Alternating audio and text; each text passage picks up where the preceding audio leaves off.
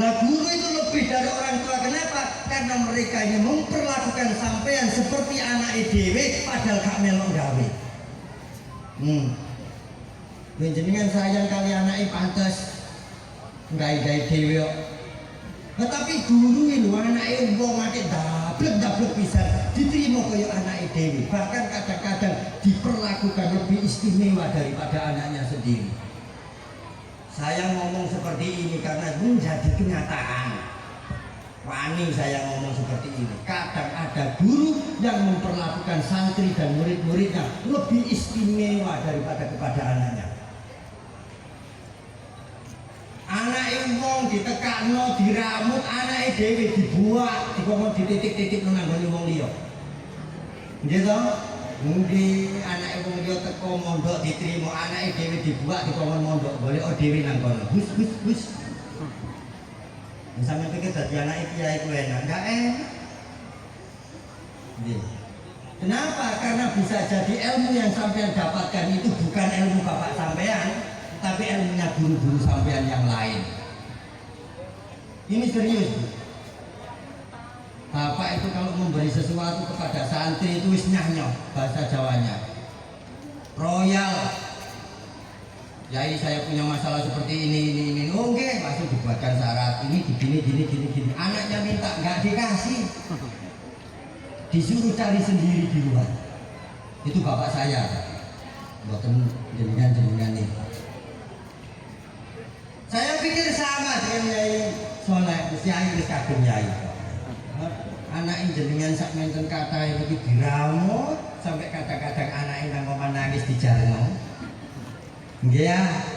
Nggih ono aneh kira-kira pas Yai ngaos terus yugane nangis terus ngaosi mantun mboten. Isi pirisane ibuke. Sing penting iku ngrambut anake wong liya. Ya itu gak enaknya kiai itu di situ. Makanya berterima kasih kepada kiai, berterima kasih kepada guru itu hukumnya mutlak karena sampean ini terkena hutang kepada mereka tanpa ada ikatan keluarga apapun. Dan tidak ada ceritanya seorang murid bisa mengembalikan hutangnya kepada gurunya. Betul-betul.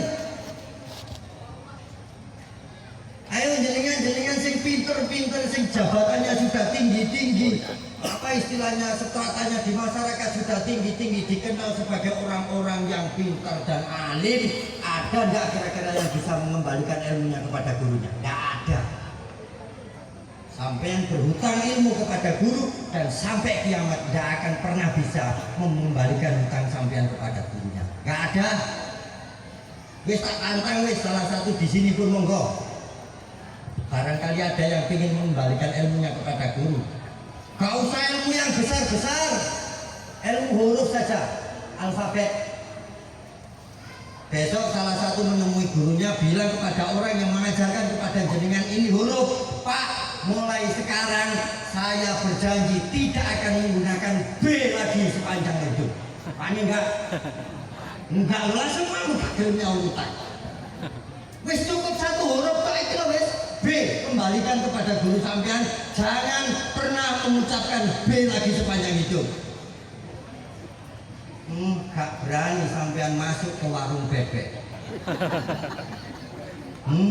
Ayo coba nak disabut maaf jenenge dandang sampean. Bisa ditapuk sotil banget. Mau beli apa? Iya kan? Kok gak ngucap B? Dengar apa mana terus goreng. Satu huruf sama tidak bisa mengembalikan. Terus bagaimana nih sampai diulang satu buku? Tidak ada murid di dalam sejarah yang berhasil mengembalikan ilmunya kepada gurunya. Tidak akan pernah bisa. Ini padahal mau alfabet, jumlahnya berapa alfabet? Terus gak usah dihitung aja, aku takut. Ini barang tambah. Iya, terus angka saja kembalikan nolnya. Ayo ngomong saya ulang satu, terus. Ini jumlahnya berapa? Satu. Ngawur 1000, satu. kalau ngomong nulis kok. Satu tapi itunya tiga. Apa itunya tiga itu? Nggih. Nggih, sadar mboten? Kayak menyadari apa mboten? Lho nggih.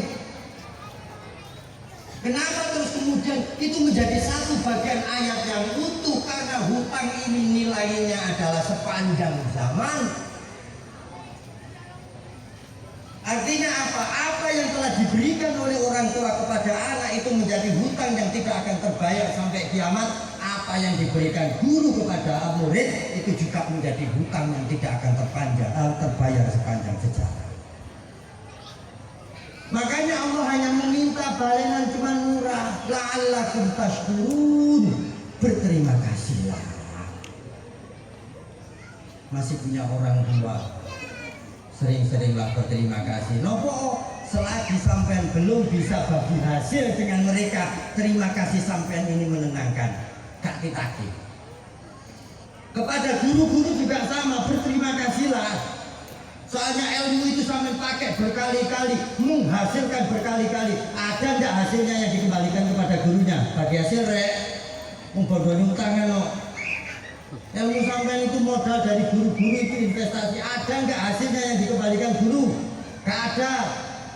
Saya naik seperti ini saja berkatnya nggak pernah tak kasihkan kiai saya kok. Itu iya tak PDB. Bagi hasil tidak pernah, bagi saya hasil apa saya apa? Berterima kasih. Setidak-tidaknya sebelum naik tadi ada beberapa fatihah yang saya kirimkan kepada beliau-beliau. Nanti ketika misalnya saya sudah berhasil nopo jenenge melebar luaskan ilmunya kepada panjenengan, saya turun dari sini, saya kembali berterima kasih kepada beliau. Begitu. Nggih. Matur nuwun Mak Al-Fatihah. Matur nuwun Pak Al-Fatihah, matur nuwun Yai Al-Fatihah, matur nuwun Pak Bu Ibu Guru Al-Fatihah. Cukup. Biasakan bangun tidur 4 itu difatihai, biasakan sebelum tidur 4 itu difatihai. Kontala, nanti Allah sendiri yang akan menentukan jalan naiknya derajat ilmu sampean. Kalau memang misalnya ditakdirkan ilmu sampean akan lebih berkembang di sini, maka Allah akan memberi jalan di sini. Kalau misalnya sampean keluar dari sini, Allah akan menempatkan orang-orang atau hal-hal yang menyebabkan derajat sampean naik di tempat di mana di situ sampean berada. Oke. Lalu saya bertanya lagi,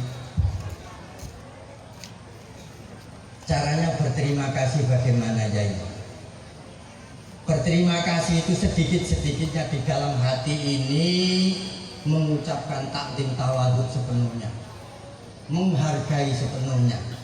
Kalau bisa dilebarkan lagi, maka terima kasih ini bisa diwujudkan dengan membesarkan apa yang telah dititipkan kepada kita. Nek diwehi awak ya dijogo sing apik, diwehi skill sing apik, dibuat untuk mengerjakan sesuatu yang baik. Nek diberi ilmu, maka ilmu ini dipakai untuk kegiatan-kegiatan yang baik, dipakai untuk mengembangkan hal-hal yang baik.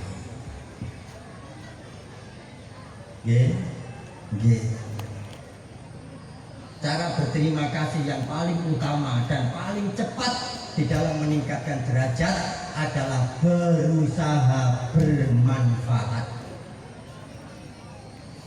Berusaha bermanfaat.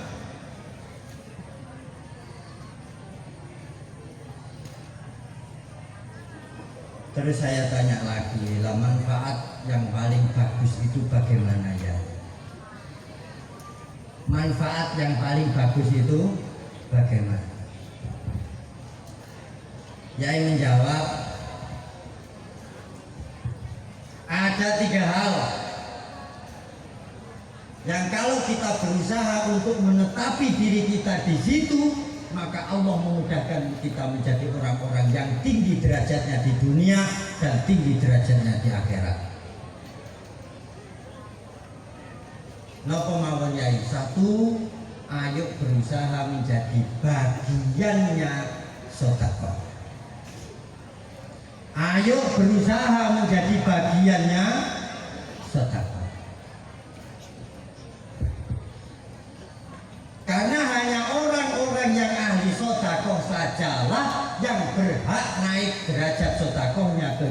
ya jajah. Jadi ngomong seperti itu saya protes. Orang mau sedekah itu kan harus punya sesuatu. Nah terus kalau nggak punya apa-apa itu sedekahnya dari mana? Lo gimana sih? Saya gak ngomong harus memberi. Menjadi orang-orang yang terlibat di dalam sedekah itu bisa orang yang punya harta, bisa orang yang tidak punya harta. Bingung gak ditutup. Maksudnya ngeten, ketika kita ini diberi sesuatu oleh Allah Subhanahu wa Ta'ala, berusahalah berbagi. Kalau kita tidak menjadi orang yang diberi sesuatu yang banyak oleh Allah Subhanahu wa Ta'ala, jadilah orang-orang yang mempermudah jalan orang-orang lain untuk berbagi.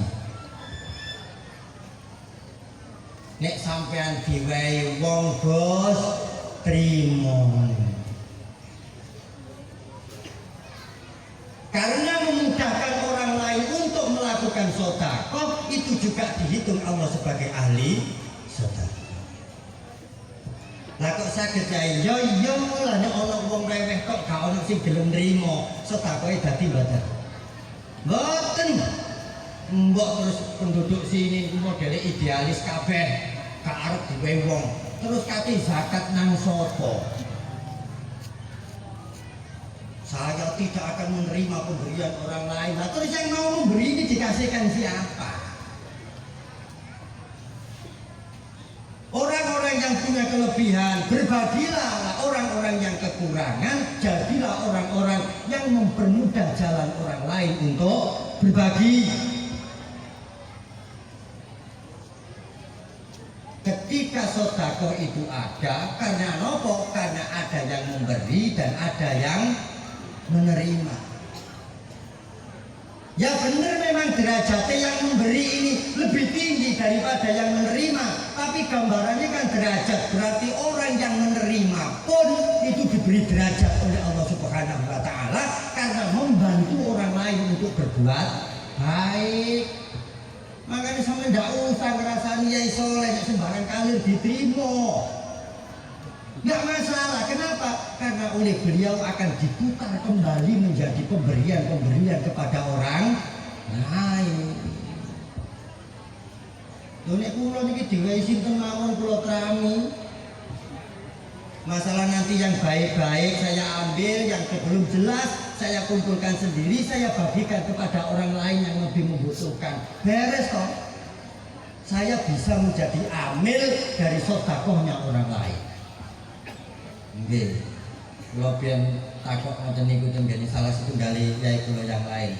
Bagaimana misalnya nuwun sewu, kalau mantu-mantu enten caleg-calegan, enten caleg terus mulai kula duit padahal duit ini kira-kira mboten jelas yo napa. Lho nek kula terami. Nah terus mantu-mantu kula kekaken anak yatim, mantu-mantu kula kekaken madrasah, mantu-mantu kula kekaken masjid, mantu-mantu kula kekaken pondok pesantren. Cerdas. Ngoten itu malah dapat 2 derajat loh. Derajat sebagai penerima sumbangan dan derajat karena memberikan sumbangan ini kepada orang lain loh. Makanya kiai itu cerdas-cerdas diwehi niku nggih mawon mantu-mantu diuter tenggen masyarakat dadi sekolahan, dadi masjid, dadi pondok, dadi sembah barang kan. Paham ya? Jangan mudah menyalahpahami orang yang menerima bantuan orang lain meskipun dia tampak berkecukupan. Sapa ngerti gitu? Anak-anak ngeten iki sing wong tuane gak tak iso bayar, moro-moro dilolos. Dijokono nggih begini kuwi. Begini kuwi. Yang kedua, manfaat yang terbaik itu adalah ketika kita ini berusaha menjadi orang-orang yang menghidupkan majelis ilmu. Majelis ilmu. Ngeten iki majelis ilmu napa mboten? Nggih. Kula nggih protes malih iki. Majelis ilmu niku lak nggih kedang gadah ilmu supaya bisa menghidup-hidupkan majelis ilmu. Ya enggak, Gus. Yang namanya majelis ilmu itu dibangun oleh 2 pihak. Sing pinter ya terlibat, sing gak kapek pinter ya terlibat. Sing duwe ilmu ya terlibat, sing gak duwe ilmu ya terlibat. Coba ana wong pinter kok dados majelis ilmu napa mboten? Mboten. Sapa gelem diulang karo wong padha pinter e? Ayo. Saya saja misalnya duduk di situ terus kemudian Yai Soleh ngomong soal pelajaran, tak tinggal wong sekolahe padha kok. Aku ya ro bro sepurane. Tidak saya. Tapi kok coba yang mendengarkan itu adalah orang-orang yang belum pernah mendengar, kira-kira menjadi majelis apa enggak? Mungkin majelis ilmu itu dibentuk oleh orang yang saling membutuhkan, guru membutuhkan murid, orang tua membutuhkan anak. Nek pun podo gelem ngakoni ini bersinergi dalam satu keadaan seperti ini, maka yang hadir ini semua dihitung oleh Allah Subhanahu wa taala sebagai orang-orang yang ahli menghidupkan majelis ilmu. Malah gak enak. Menurut Yai saya itu kalau ada majelis ilmu bos, semua yang hadir di majelis itu ganjarannya bodoh. Bukan rugi kiai ini gitu. Kiai bengok sampai meniren, sing ngrungokno sampai ngantuk-ngantuk senden anggone napa jenenge? Nggih cagak niku melek sak jam, melek setengah jam melek ndonga. Itu lho ganjarane padha mek sing bengok-bengok niku. Lah kok enak.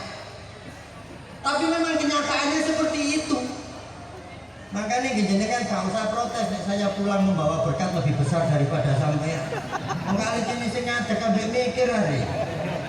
Oh iya ngomong begini di pesawat kemarin itu aku ngomong apa kira-kira. Orang yang suka menghidupkan majelis ilmu itu adalah orang-orang yang berterima kasih kepada Allah Subhanahu wa taala.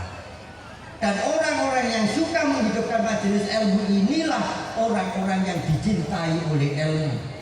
Nek wonge mboten dadi wong sing apik tur ilmune barokah manfaat, ilmu ini akan kembali kepada anak cucunya sehingga salah satunya akan menjadi orang yang ilmunya barokah manfaat.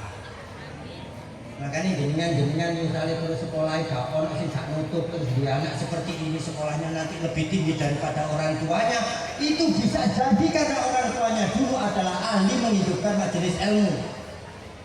Orang kok tampil di panggung seperti ini boten, tapi ada pengajian dimanapun datang, ada istighosah dimanapun datang, ada kegiatan ilmu dimanapun datang. Akhirnya orang tersebut dicintai oleh majelis ilmu. Bapak duduk kiai, ibu duduk bunyai, tapi bisa menjadi ulama yang besar. Wonten banyak. Sebaliknya juga begitu, ada orang yang derajat dunia orang tuanya ini tinggi, tapi karena tidak pernah menghidupkan majelis ilmu, anak-anaknya ini dibenci oleh ilmu pengetahuan. Pinter, tapi tidak ada satupun yang kepingin menghidupkan kepintaran. Naudzubillah. Ini kayak ngeten-ngeten ini dari jenengan-jenengan yang hadir di sini, mungkin kelak salah dua atau banyak dari mereka yang akan kembali ke sini menjadi orang-orang yang tinggi derajat keilmuannya. Allahumma. Yang ketiga, nak, supaya kita ini disebut sebagai orang yang berterima kasih, ayo belajar menjadi waladin sholihin yad'ulah. Waladin sholihin ya dong.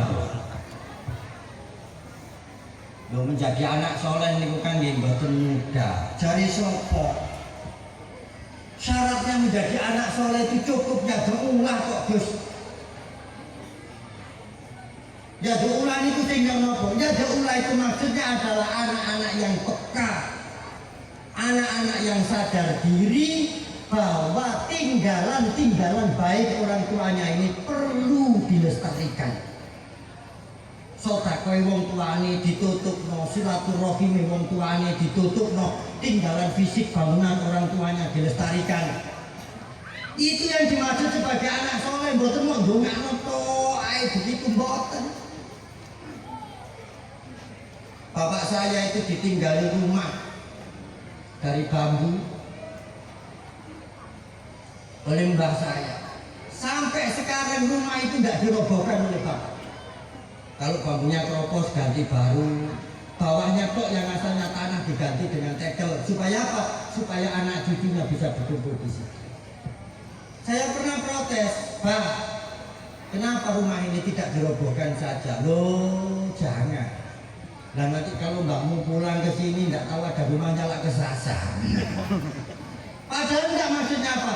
Beliau kepingin menjadi anak turun yang solihin yad'ullah, makanya tinggalan baik dari orang tuanya, walaupun hanya sekedar berupa rumah bobrok, dilestarikan. Apalagi terus kemudian kita menjadi anak turun yang mau melestarikan semua hal baik tinggalan para sesepuh.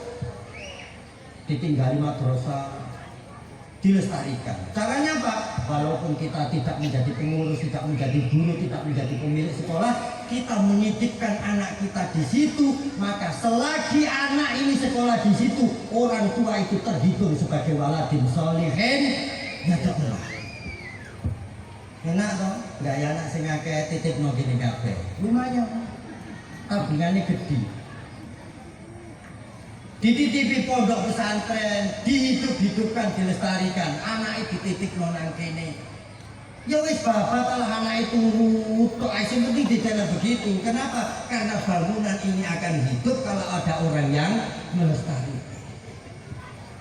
Loh, jenengan boten sadar kan nyekolahno anak niku sama saja dengan sampean ini menjadi waladin sholihin yad'ullah. Mungkin ibu bapak sampean itu waladin sholihin yad'ullah. Sampean juga waladin sholihin yad'ullah. Kenapa? Karena diminta oleh orang tua untuk menghidupkan di sini. Enak toh? Waladin sholihin yad'ullah. Semua tinggalan baik orang tua kita lestarikan, termasuk mengadakan acara seperti ini. Ini sebenarnya Yai Soleh kepingin melestarikan apa yang pernah dilakukan oleh guru-gurunya ketika mondok di Tambak Beras dulu. Saya melihat model tulisan ini, saya langsung dejavu tadi. Kok saya seperti akan memadaah lagi. Karena ini adalah ciri khas Bahrul Ulum Tambak Beras. Bahrul Ulum dibawa ke sini karena beliau menganggap nama itu adalah nama yang perlu dilestarikan. Waladin sholihin yad'ullah. Dekor seperti ini hanya ada di Tambak Beras, dibawa ke sini ke Banyuasin oleh beliau. Kenapa? Karena beliau kepingin menjadi waladin sholihin yad'ullah. Setiap kali mengadakan wisuda, diadakan wisuda besar-besaran, tasyakuran besar-besaran. Supaya apa? Supaya melestarikan apa yang telah dicontohkan oleh guru-gurunya di sana. Ini dulu juga ada yang protes. Saya pernah menjadi panitia muadaah, ada beberapa wali murid ini yang protes. Gus, kenapa Om? Mas, kenapa harus muadaah besar-besaran, Gus? Biayanya jadi mahal, urunannya itu loh, urunannya itu. Maksudnya apa? Ya kan muadaah itu bisa dibuat kecil-kecilan saja, sederhana. Toh sakralnya juga ada. Wah, saya tidak bisa menjawab, Pak. Saya mau bertanya dulu kepada guru saya. Saya tanya kepada Yai, kenapa muadaah itu kalau mesti diadakan besar-besaran? Loh, kalau saya bisa membuat lebih besar lagi, saya besarkan lagi. Kenapa ya? Karena muadaah itu adalah walimah, dan walimah itu adalah sesuatu yang paling dianjurkan oleh Rasulullah SAW. Loh, memangnya di dalam muadaah itu apa? Di dalam muadaah itu semua keistimewaan walimah ada. Satu, di dalam muadaah itu semuanya menjadi ahli sedekah. Jenengan urunan apa badan? Urunan apa badan? Urunan. Urunan itu terus kemudian menjadi dekor yang dinikmati oleh mata, menjadi pasugatan yang dinikmati oleh panjenengan semua. Ini pada dasarnya jenengan urunan itu tuku panganane dewe-dewe karo anake. Tapi yang sampean berikan ke sini itu dihitung sebagai sedekah. Kenapa? Karena urunan ini jenengan diterima niki, urunan ini diterima niko, urunan ini kok dipangan niko, urunan ini kok dipangan. Mumpung yang ada di panggung ini semuanya terhitung menjadi ahli sedekah. Kecuali saya, karena saya tidak ikut urunan. Kenapa betul? Okay. Dan di walimah itu nak mesti yang namanya orang sodako itu ikhlas. Nek wis mari. Yeah. Kenapa dikatakan ikhlas? Karena kalau sampai pasugatan itu bersisa, kira-kira sing dari acara itu bersolo napa mboten? Mungkin ya. Ayo coba misalnya jenengan menikahkan anak jenengan, terus kemudian dari undangan 200 sedianya ada berkat 200, ternyata yang hadir cuma 150, di rumah ini masih ada berkat 50 yang belum terjamah. Jenengan simpen dhewe, dintekno dhewe napa gopong ketokno? Ya gopong memberikan kepada orang lain. Kapan lagi ada sodako yang saking ikhlasnya itu sampai diberikan kepada orang lain kecuali pada saat walimah. Selain walimah, wis salah. Sedermawan-dermawannya orang, nggak akan ada yang mau memberikan berkat kepada sampean.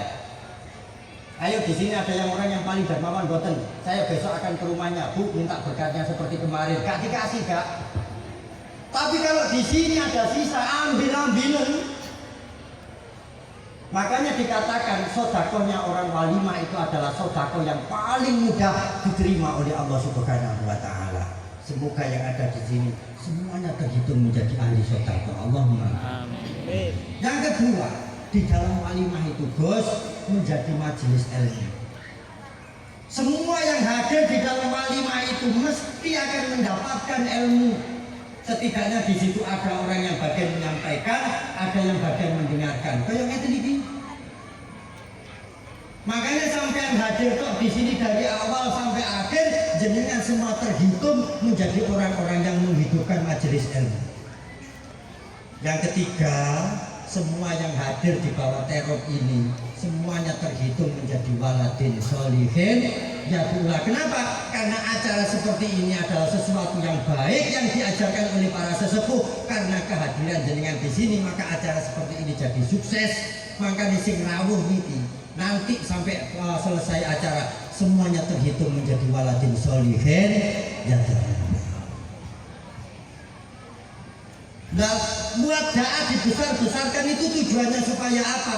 Satu, karena orang tuanya ini berusaha menjadi ahli sodako, maka anak-anaknya yang akan lulus ini akan mudah dipertemukan oleh Allah Subhanahu wa Ta'ala dengan rizki yang halalan thayyibah. Jenengan urunan niku mboten kok bantu madrasah, mboten Bu. Jenengan urunan itu jenengan DP nasib baik mereka.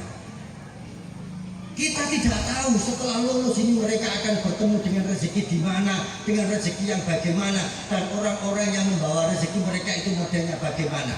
Tapi ketika ada muadaah jenengan urunan, jenengan berusaha menjadi ahli sodakoh, jenengan DP nasib mereka keluar dari sini, mereka tetap dipertemukan dengan rizki yang halalan thayyibah. Allahumma amin. Jenengan hadir di muadaah seperti ini, jenengan menjadi orang-orang yang menghidupkan majelis ilmu dengan tujuan apa? Supaya mereka ini dicintai oleh ilmu. Sehingga apa? Sehingga setelah lulus seperti ini mereka diberi jalan oleh Allah Subhanahu wa Ta'ala untuk bertemu dengan ilmu-ilmu yang lain, dengan ilmu-ilmu yang lebih tinggi derajatnya daripada yang semula. Allahumma. Nah. Yang ketiga, dengan jenengan menjadi waladin sholihin yad'ulah, maka dengan sendirinya sampean berdoa supaya diberi anak cucu yang sholihin sholihah.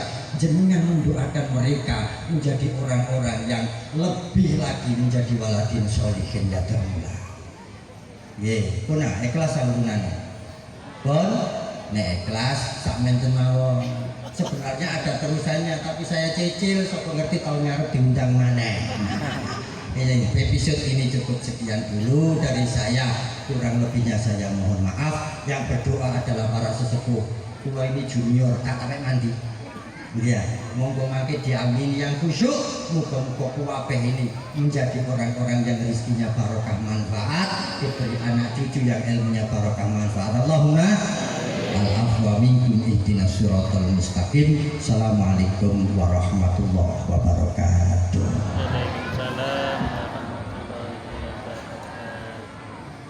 Dan syakirin hamdan na'amu hamdan yuafi ni'amahu wa yukafi'u mazidah. Ya Rabbal Rabbana lakal hamdu kama yanbaghi li jalali wajhikal karim wa li 'azimi sultan.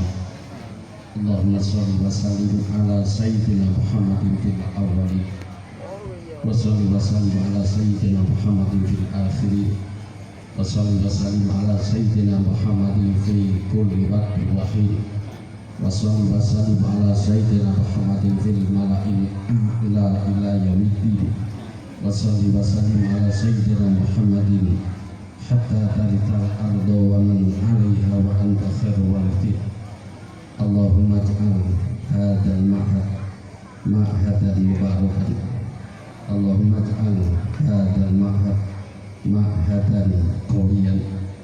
Allahumma ij'al hadzal ma'hadan saliman min jami'i talami wa talamidah. Allahumma ij'alna iyyahum min ahli al-ilmi wa min ahli al-khair wa min ahli al-qur'an wa min ahli birrul walidain wa min ahli ta'ah wa min ahli ibadah wa min ahli istiqamah wa min ahli tuqa wa min ahli sunnah wal jamaah an-nahdiyah wa sihhatal jami' dhahiran wa batinan bi ni'matil iman wal islam. Allahumma ja'alna imanan shadiqan wa qalban khashi'an wa badanan sabiran ya arhamar rahimin ya arhamar rahimin ya arhamar rahimin. Fali ala muslimin wa sallallahu ala sayyidina Muhammad wa ala alihi wa sahbihi wa sallam walhamdulillahi rabbil alamin. Bismillahirrahmanirrahim.